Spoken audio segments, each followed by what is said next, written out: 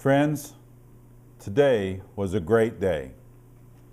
I'm beyond proud of the unity that we have shown over the last few days that made this victory possible. It was your voice, your dedication, and your passion that ensured that we were able to achieve the success that we did today. Enjoy this moment. Celebrate your victory with your joyful hearts that I know you have.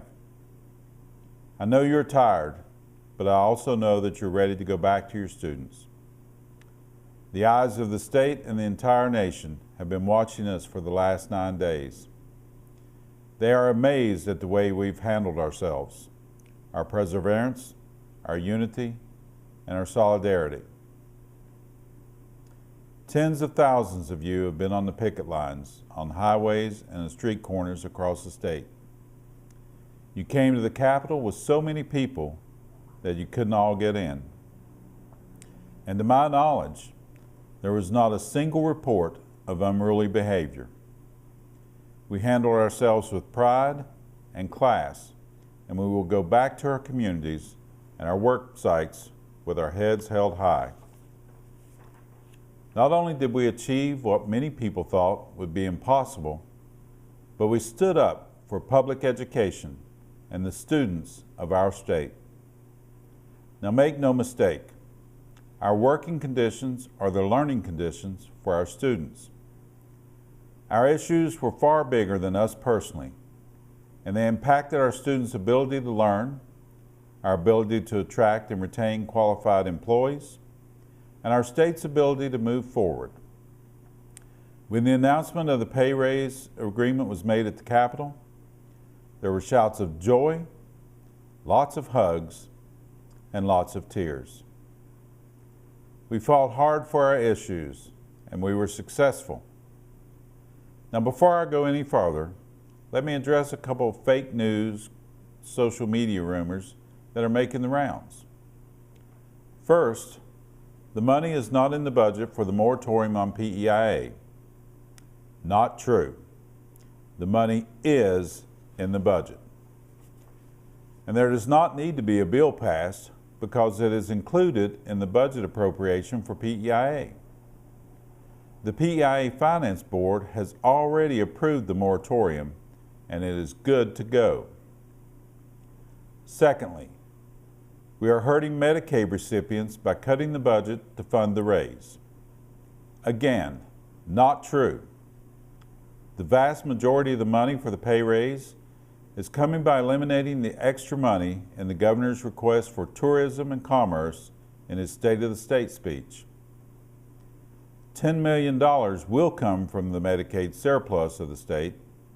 However, the state has carried a surplus in the account for a number of years, and it now totals $175 million. No one will be impacted by the cut, and no programs will be hurt. We would not have allowed this to go on if Medicaid recipients or programs had been impacted. The task force on PEIA begins its work on March 13th. We will keep you updated on the work of the task force. And if you have specific concerns about PEIA, be sure to attend the public hearings that's going to be held in each county to solicit input. I want to assure all of you that the PEIA moratorium remains in effect through the July 2019, and there will be no increases or changes to the program during that time.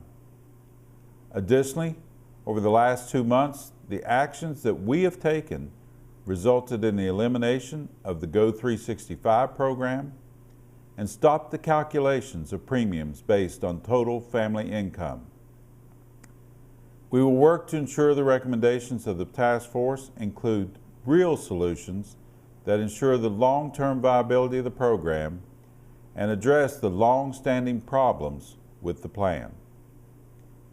Now, it seems like a long time ago, but I want to remind you that when we met with our local leaders in Flatwoods in mid-February, we had 4 issues that we wanted addressed.